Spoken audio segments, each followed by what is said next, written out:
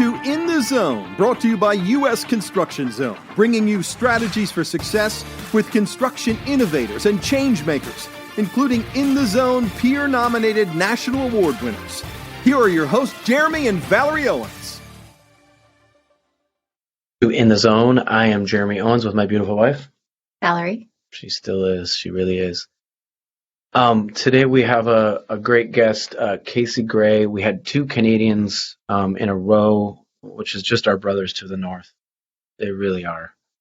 But we had a great conversation with Casey. If you are a person who likes to be inspired, likes to learn from somebody who is leading from the front and that he's doing very unique things with his business, but also just a person who is constantly learning and wanting to feed his brain and prepare himself for whatever comes in the future. But this is the podcast for you. Yes, you're just agreeing. You know, nodding doesn't really do a lot when you're doing a podcast, and most people are listening via audio. Sorry, I agree. Okay, yeah. Casey, he's a very interesting person, and he's what I like so much about him is just the background that he comes from and how he's used that in a way that has really fueled him to make a great impact in the building industry. Yeah, I agree. So enjoy the podcast with Casey Gray. Casey Gray is the founder of the award-winning sustainable building company, The Conscious Builder, and is also the host of the Conscious Builder podcast and the Conscious Builder show on YouTube. His area of expertise is in building standards such as Passive House, R2000, Net Zero Energy, and Energy Star. Casey is committed to educating people on how to build and live more consciously and is co-authoring a book with Kevin Harrington, the original shark from the hit TV show Shark Tank. Say that 3 times fast. Welcome, Casey Gray. Thank you for being here. Yeah, thanks so much for having me, Jeremy and Valerie. Yeah. Yes. We'll get right into it. Our first question is just really, how did you get started in construction, and maybe what did you learn from both of your parents that got you prepared for it? So I'll start with what I learned from my parents, I guess, and then I'll go into construction. So my mom is an entrepreneur. She's owned her own business my entire life. I'm younger than my siblings on that side. And maybe I got that bug from her. I was just always interested in doing my own thing, so to speak, right? Having control over where the business went. So that's always been of interest to me. But obviously I worked for somebody else when I got into construction. So from her, I learned a lot of the entrepreneur side of things, and mostly from watching what she was doing. And I got my work ethic from her, that's for sure. My dad was definitely sports and the teamwork side of things. So my dad always coached my teams or was involved somehow, always brought me to games. He was very involved on that front. So, I guess from my dad, it would be more about the power of team, right? Because we always played team sports and coming together and working towards an ultimate goal and working together ultimately. So He was always a great coach. What team sports did you excel at? Baseball was my top sport, and I played basketball in the winter, in the off season for baseball. Cool. But I was, okay at basketball, but a lot better at baseball. My dad was a little upset that I didn't pursue my baseball career further. But anyways, but that leads me into construction, right? So I got into construction mostly because that was my best class in school. That was where my interest was at. Ultimately, that's my best class.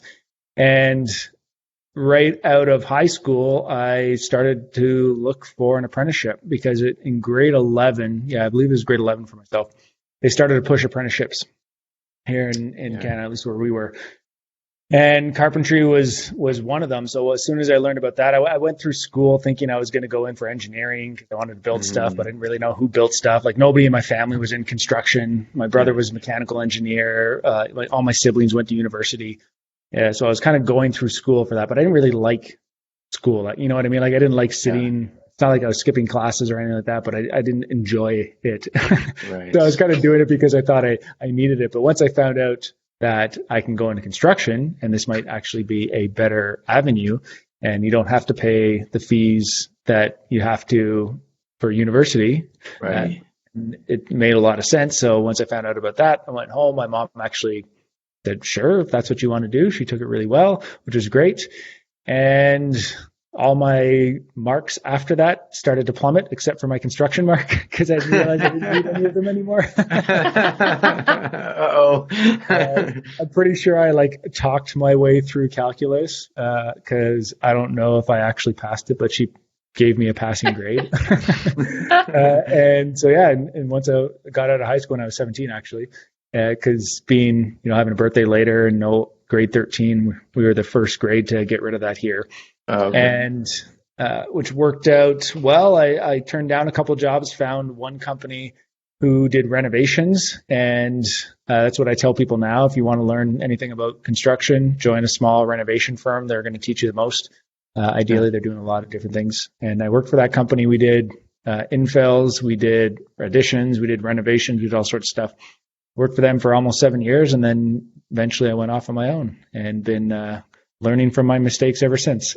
Well said. Well said. Kind of going a little away from the questions we'd prepared, but I'm curious, can you tell us a little bit about how it's different in Canada? It seems that trades are pushed a little bit more than necessarily university or college here. Is that true that you're presented with trades as an option? Yeah, we didn't have wood shop. We didn't have anything in high school. So yeah, we were like the first generation that was gone. Mm-hmm. So they started eliminating that. Yeah. They started eliminating wood shop. A lot of trade experience. Arts. Yeah. So we didn't get a good experience with that. They definitely seem to be pushing it more now. I don't know. It's not like I've been in high school for a while or gone through or talked to anybody. My son's 8, so I don't know what's there yet. But I know when I was there, they weren't pushing it. They started pushing it because of the shortage, I think. Okay. Yeah. And I think they're still kind of pushing it. Now, the school I went to didn't have an auto shop. They got rid of that. I think it was an interest thing. I think if there just wasn't interest in it, they would get rid of it because obviously somebody would have to pay for it. Right. And if nobody's taking it, then why would they do it? So there always was a wood shop, not enough for auto. Now, other schools in the area did have auto. In wood shop, I don't remember them doing electrical or anything like that. Yeah. It was more like cabinetry, learn a little bit about frame, like how a home is built, but we didn't do a whole lot other than woodworking type. Okay. Yeah. Cool.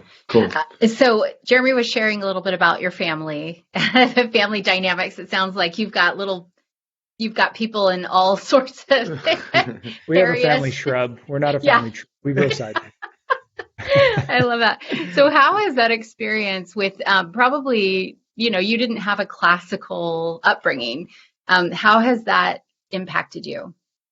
I think it's actually helped me, to be honest. Give you a little, I guess, for the listeners, a little bit of background. I have 4 brothers, 2 sisters, and 3 step siblings. All my brothers and sisters are the ones that I just mentioned. So the 6 of them, they're all half. So technically, when my parents were married, they only had me. Okay. So I have I won't get into all the details, but essentially there's a big age gap and I'm kind of in the middle, right? So I have younger siblings who are 4 and 6 years younger, and I have older siblings who are 9, 11, or say 8, 10, 12, and 14 years older. So when I was growing up, and the fact that my parents were not together because they divorced when I was really young, so I never remember them being together, where it wasn't necessarily a bad thing is that they got along, so I didn't actually really know who had official custody of me. I didn't know what that was at the time. Mm-hmm. They kind of allowed me to choose when I wanted to go somewhere. So I tried to do it fairly, right? Because I didn't need my parents feel bad, sort of thing. But I kind of got 2 of everything, right? I got 2 Christmases, I got 2 Thanksgivings, I got 2 birthdays, plus a friend's birthday. So from that perspective as a kid, it was great. And for the most part, other than a small portion of my childhood, my parents were close enough that once I was old enough, I was just biking from house to house. Yeah. So they were close enough that I was able to do that. So I had that freedom. Mm-hmm. So I think where it probably helped me the most in terms of my personality is that I got used to change, right? Yeah. And I think in anything that I've learned in all my personal development over the years is that there's only one constant, and that constant is change. Everything changes in the world, right? So the more comfortable you are with change, I think the better off you'll be in life, because things are always going to change, and it's just a matter of how we accept it and how we adapt and how we keep moving forward. And I had to change. At one house, I was the older brother. At the other house, I was the baby brother. Right? Yeah. So I kind of had to. I was being led at one home and learning, and then at the other house, I was kind of had to be the example, right? Yeah. So it was great from that perspective, looking back on it. Yeah, it's a great it's just that resilience. Yeah. Okay, so the other one, I know I've heard you talk about this before, but tell us about what changed for you after you and your wife Natasha attended your first Tony Robbins event. So that was a life-changing event. So how that came up is I bought my wife a book called The Success Principles by Jack Canfield. No idea why I bought her the book, can't remember now. But she read it, and in that book, he talks about Tony Robbins. And she said, "Oh, I remember Tony Robbins from those infomercials when I was a kid and watching him on, watching satellite TV at my grandparents' house."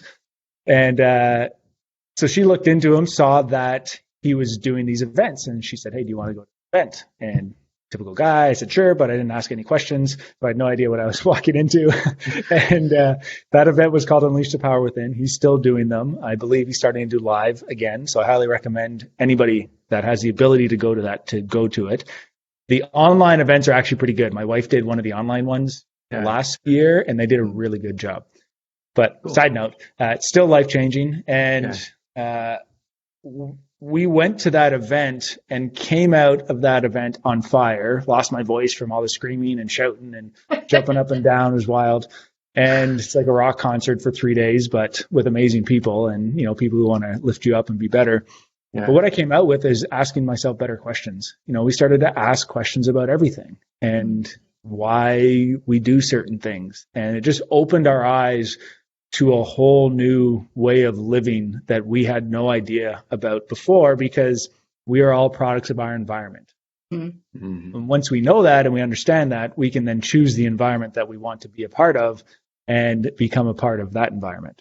And that includes everyone that is around, like all the people who are around us, where we live, money, what people eat, exercise, all those things, right? Yeah. We are all products of our environment. So we have to be very careful about the environment that we choose to be in. And that is an environment that I want to be in. So was that you were saying it was a life-changing event. Was there a huge monumental shift that happened in yours and your wife's life at that time? Or it was kind of the beginning, right? It was changed. Yeah, I was asking the question. So what happened when we came out of the event, and we at that event, we signed up for other events of his. So we did what's called Master University. We ended up doing Date with Destiny, which is another, like a deep dive event. Unleash the Power Within is kind of overarching. It's kind of his initial event that introduces you to a lot of his other stuff and gives you a taste of what's possible. So we ended up doing Date with Destiny. We did Life and Wealth Mastery. And then I did Business Mastery as well. I've done that twice. And then we ended up volunteering again for events after, which is actually, in my opinion, the volunteering was more powerful than attending the event. Wow. But side note. What that ended up doing is, because it changed the way that we think, everything started to shift for us, and we started to ask ourselves better questions. So that was the big change. It wasn't like something changed in our lives. It's that we realized that we could change our lives. Yes. Well, I mean, you're so well spoken on this subject. You kind of are Tony Robbins right now for me. So, so keep going, but whatever rabbit hole that is, it's looking good. So we've heard you speak about the importance of a healthy body and mind. Can you tell us a little bit more about that? Yeah, so I think, that's obviously coming from Tony Robbins, and then since adding on to that since then. But mindset is everything. If there's anything that I've realized in business, it doesn't matter how good of a carpenter I am. If my mindset's not in the right place, I'm not going to be able to lead my team. And the success of any business really relies on the mindset of the leader. If they give up, then, that's the end of the business. But if they're not willing to give up, but they're willing to do whatever it takes, as long as people aren't getting hurt or anything like that, then that's the type of person that I think you want to work with, or that you need to become if you want to be an entrepreneur, if you want to be the leader of the business and whatever you're creating. And it's not for everybody. And I still want people with a good mindset, because you don't want everybody to necessarily be the entrepreneur. I need good managers. I need people that want to work with them. right? We all have our skills. But ultimately that mindset is so important because and it kind of comes down to the health as well, is because I realize that my mindset changes if I don't have if I haven't been sleeping well, or I haven't been eating healthy, or I haven't been exercising, or whatever it may be. And everyone's different, but you need to get in tune with your body. You need to get in tune, and maybe it's journaling, maybe it's something. It's to realize what's working and what's not working. It's that introspective type place that so many of us don't have the time to do, that we don't give ourselves the gift of doing this, that I think is so important. And it's, you mentioned you had kids. And actually I can talk personally from and we picked up a puppy over the holidays, which was not my vote, but I was outvoted. It's not that I don't like dogs or anything. I just know that where my time was at. Yes. So definitely, I'm glad we got it. I wouldn't change anything. But that has changed my morning routine, right? So I had to kind of shift because I'm the one who gets up early, and obviously I can't just leave the dog in the crate. So I have to adjust and do my thing with the dog and adjust the rest of my day, because I use the morning to set myself up for the day, right? I start off with a win, train my brain to win, in control, because I know the rest of my day is not going to go as planned. It never does. Yeah. Right. There's always something that goes on. Phone call goes longer than expected. Something comes up. Who knows, right? There's just so many things that's that change that we were talking about at the beginning. So by working on the mindset, by meditating, by starting my day off well, by doing this routine, that's what I'm able to do in order to make sure that I stay in that mindset that I know I need in order to accomplish the goals that ultimately. Yeah. Very well said. Very well said. I think the meditation piece is something I've tried to dabble in. I struggle with it a little bit, but I realize the same thing, that if I set my brain up in a positive way from the beginning, it completely changes your day. And you're just more equipped to handle all that. I mean, we're in construction, right? There's a fire here. There's something else here. It's so hard to control the day for us. Yeah. But you can control your mornings and your nights, I guess, and to a large degree. So, yeah. Exactly. It's the only two things we really have control over, right? Is how, the only thing we really have control over is how we act, right? Or react in any given situation. But in terms of times of the day, it's right when you wake up, and assuming you get up early enough to do it, and right before you go to bed. Everything else is a shit show. Yeah. Exactly. Well, the other thing we wanted to find out about is, like, your mission at the Conscious Builder is to make sure everybody in the world has a healthy, comfortable, and efficient home to live in. Where did your love for planet Earth come from? And, when did you know that this was going to be like a potential life mission for you?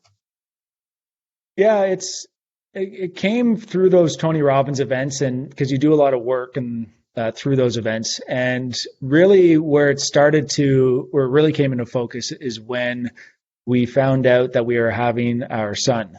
And at that point, as you know, like when you have kids, your mindset changes, because you start thinking about me. You start thinking about, I'm going to have this little person who's going to be looking up to me. How am I going to lead by example, right? Because there's one thing that I knew even before I had kids, is that kids don't do what you say, they do what they see, right? Monkey see, monkey do, right? They do as you do. So I was thinking, I have to lead by example. So if I'm going to tell this person that he can do whatever he wants, I have to be able to do that. And I just want to make sure that this place that we call Earth is better than it was when I leave, or at least do my part. Right. Obviously, I don't have control over that. Right. All I can do is do the best I can with what I know. And I know that I can't do everything. Right. That's just not possible. But I can make a little bit of a difference in my small corner of the world. And it happens to be in construction and building healthy, comfortable, and efficient homes. And it happens to be good for the environment too, right? But we focus more on the occupant, the health of the occupant, and whatever their needs are. Obviously, we want to just maintain that healthy environment, and usually that's just leading to other things that are also good for the Mother Earth, Mother Nature. Yeah, sure, awesome. Yeah. And the other thing that we wanted to kind of find out, you keep your mind busy. You're a lot like me. I don't even know, sometimes sleeping is difficult because your mind's always on. But I mean, it's safe to say that you keep yourself very busy with, you're a builder, podcaster, YouTuber, author, crypto and real estate investor, and now NFT collector. I mean, how do you effectively manage your time with all of these responsibilities? And what gets you out of bed the fastest? So in terms of how I manage my time, most of my time still goes to construction, navigating the business. But to me, it's not necessarily working on the job sites. I'm still doing sales. I'm still doing all that. So it's really focusing on what my goals are for that day and figuring out what the priorities are, right? So I need to tackle top priorities. It's realizing what's important versus what's urgent, because not everything that's urgent is necessarily important. Yeah. Right. And for the most part, I have very few things coming at me that are urgent that my team can't tackle, right? So I'm lucky that I'm able to, at this point, 12 years of business, I can focus for the most part on the important things. But the important thing for me is to know, at least in my position, I feel, is to know a lot about different things that are going to affect the business, right? And so that's economy. That is things like cryptocurrency. That is just understanding how we can use that, staying ahead of the game. And I just happen to be pulled towards that because I'm generally interested in technology and really believe that we're going to our world's changing, and it's changing faster than our brains can comprehend, right? Our brains think linearly, but technology increases exponentially. Yeah. And it's harder and harder to stay on top of that. But when you start to train your brain to think that way and you see what's possible, it's wild. NFTs, I think, are going to be huge in all industries. Construction's an industry that hasn't been really disrupted yet. And I think things are changing. Same with real estate. Things are changing. NFTs might be one of those things that helps it. Once you understand NFTs, you can see what's possible with them. Like, really, if you just break it down, what it is proof of ownership. You can attach whatever you want to it. It's not a picture, right? Yeah. What people are saying, it's what does that prove ownership? It's a membership, right? Yeah. The NFT could be the membership, but the great thing is you pay for it once, and then when you're done with it, you can sell it, and it's probably worth more, right? As long as it was a good membership to something good, right? Yeah. So there's, it could be ownership in a home. It could be the deed to a house. So as long as you own the wallet that owns that NFT, you own the house. Yeah. Right. Yeah. You can then transfer that NFT to your family if you want, or it makes things, cryptocurrency, that whole world makes things so much easier, and people, the government is afraid, and they're just, that's why you see all sorts of stuff coming out about what they're going to do, or they're claiming they're going to do that for the most part probably won't happen. Like, it's not possible, but not to go into politics or anything like that, but technology is going to change things, and people are who are higher up are afraid of what that means. Yeah. And even hearing you talk about it, it's funny because I think how you were talking about how your family dynamics led to your being more accepting of change and open and flexible. And also my guess would be that your family dynamics also led you to, it was sort of a choice of like, I can look at things in an optimistic light with hope. And, I can look at this, what could be a tough situation, with positivity. And so when I hear you say that, I think a lot of people that we meet in the construction industry tend to look at the way that we're progressing, and it's very frightening. And so they want to back out or back off. Whereas, people with mindsets like yours, and like you were saying, that ask the right questions or different ways of asking questions, you just have an openness and a curiosity. And I think that's where you will continue to change lives and change the dynamic of the industry. Yeah. I mean, there's still a lot of old school folks, right? I mean, we see them all the time. They want to do things like, I'm the third generation, so I see just drastic changes from when my grandpa started in 1956. There's nothing familiar to what it was then to now. But there's so many of those old school guys, my dad included, that it's a hard time adapting to some of the new things. And I think, people like yourself, you kind of push that limit and show people, well, this is the path I'm going to take. I want to be prepared for what could be, right? Yeah, I get excited by change, right? I think that's, I never answered your question actually when you said, what gets you up quick? It's usually when I'm working on something different. That's what gets me excited. I'm more the guy, I like starting things. I'm not like the finisher. I get the team going, I get the ideas going, and then I get the team on board, and then I let them run with it, right? Because then there's something else that I need to focus on. get going again, or research, or whatever it may be. But when big things happen, that excites me, because that's usually when the greatest potential is for something good to have, something positive to happen. Yeah, something negative can come from it, but it all depends on what you want to focus on. Yeah. But when something big like the pandemic, go back 2 years ago when all this started, a lot of people were afraid. I was actually excited from a business standpoint, because I knew that things were going to change, and I knew that there was going to be a lot of opportunity. Right? When something like that so big happens, that just means that there's going to be bigger opportunity. Yes, there's going to be a lot of pain as well, but if you can focus on the opportunity, then you can actually do quite well. And we have done well. And it was painful at the beginning, but I stayed focused on what could come from that. And it's still coming, right? Because there's things happening in Canada that I don't necessarily agree with. We won't get into that, but what that's doing is creating other opportunity for me, right? And like, it's amazing the people that get attracted. The phone call that I had yesterday was leading to another opportunity that was beyond what I was thinking at the time, right? So you have to just be open to that.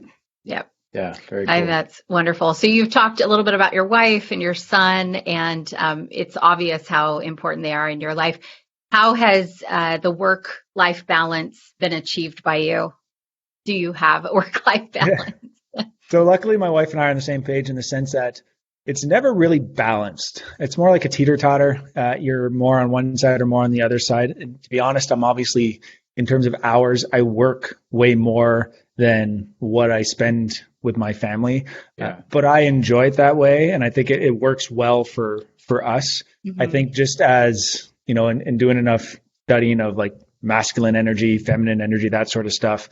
I'm very masculine. My wife is very feminine. But one of the things for the masculine energy is the work, to have a purpose, right? That's what fuels me. If I'm just hanging out with my family or playing games, and like, I would lose my passion for life, right?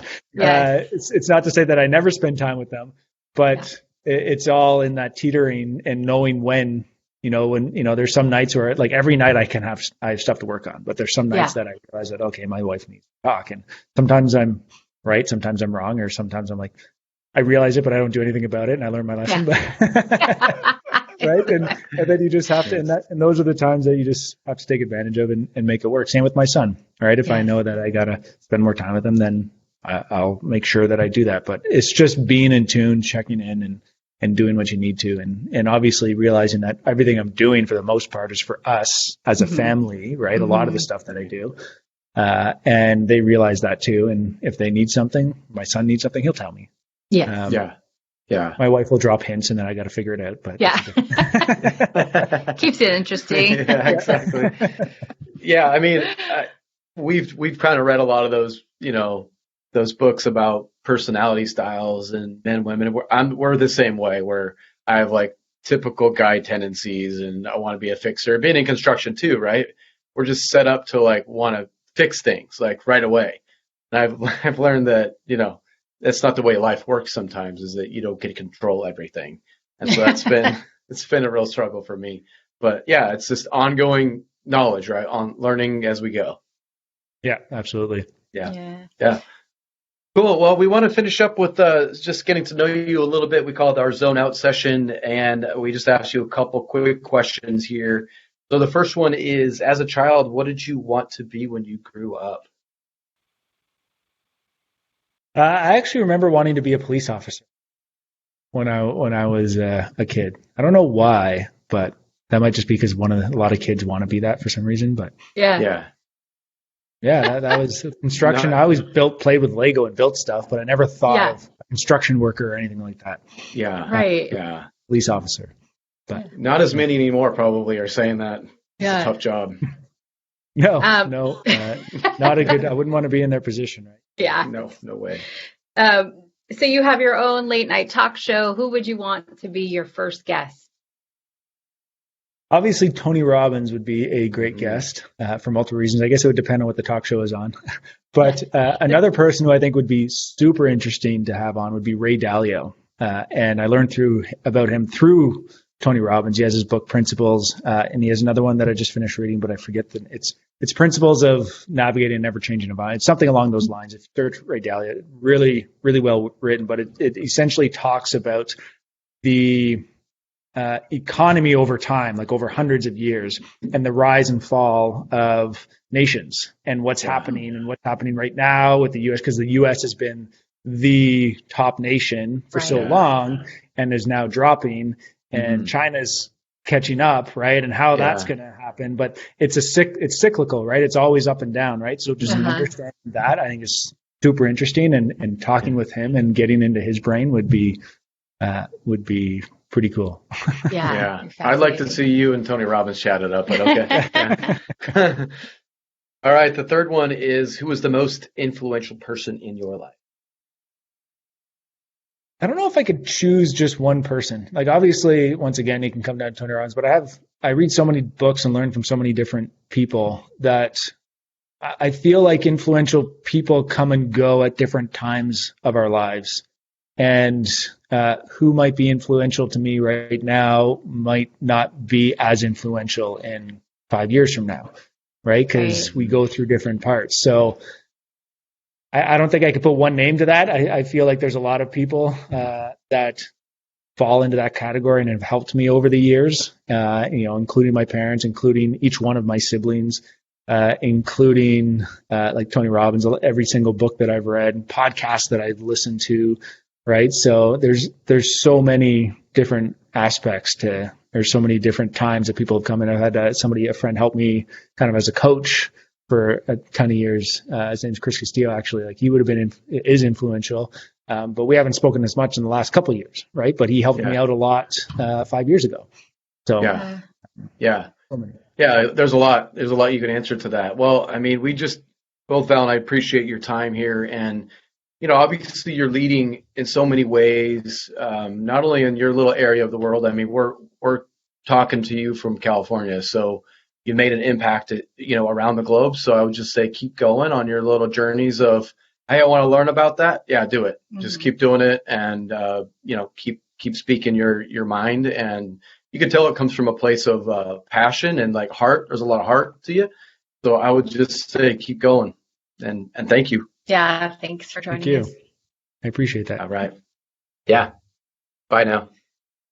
Just finished up with Casey Gray. What a great podcast, and a good person. And maybe he's a better person than he is. I don't know. He just seems like a great builder as well. But I was just taken aback by how introspective he is. And, obviously we like those kind of people personally, but, he's obviously that way in business and in life. His component of spirituality and meditation, and there's a lot to him. There's a lot of depth. So we probably could have had like 3 sessions, but we did one.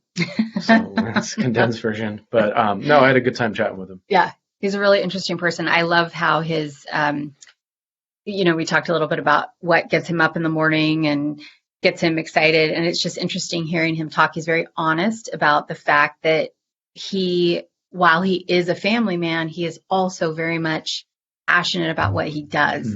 And I think sometimes in whether it's construction industry, any industry whatsoever, I think a lot of times, and correct me if I'm wrong, You're wrong.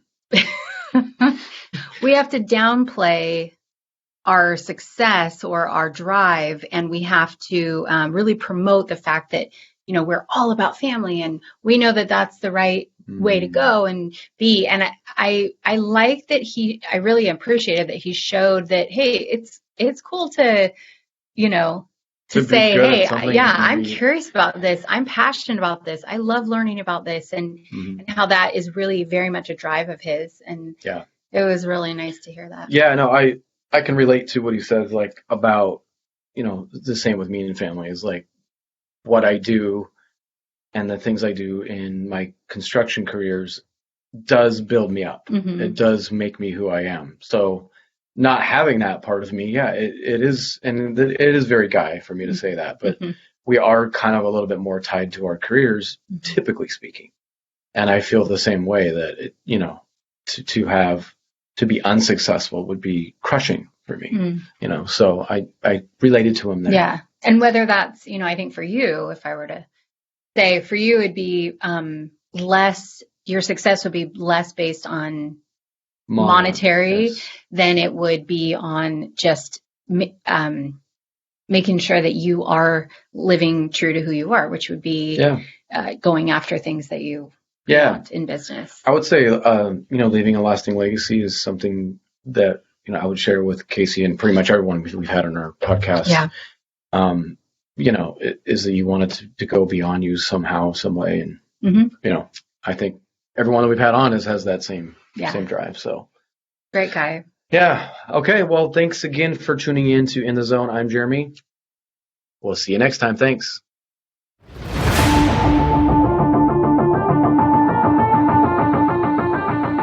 You've been listening to In the Zone with Jeremy and Valerie Owens. Be sure to subscribe to In the Zone and stay in the know with the best minds in the construction industry. To nominate an innovator or change maker in the construction industry, connect with your management peers, and stay up to date with construction industry news, be sure to visit usconstructionzone.com.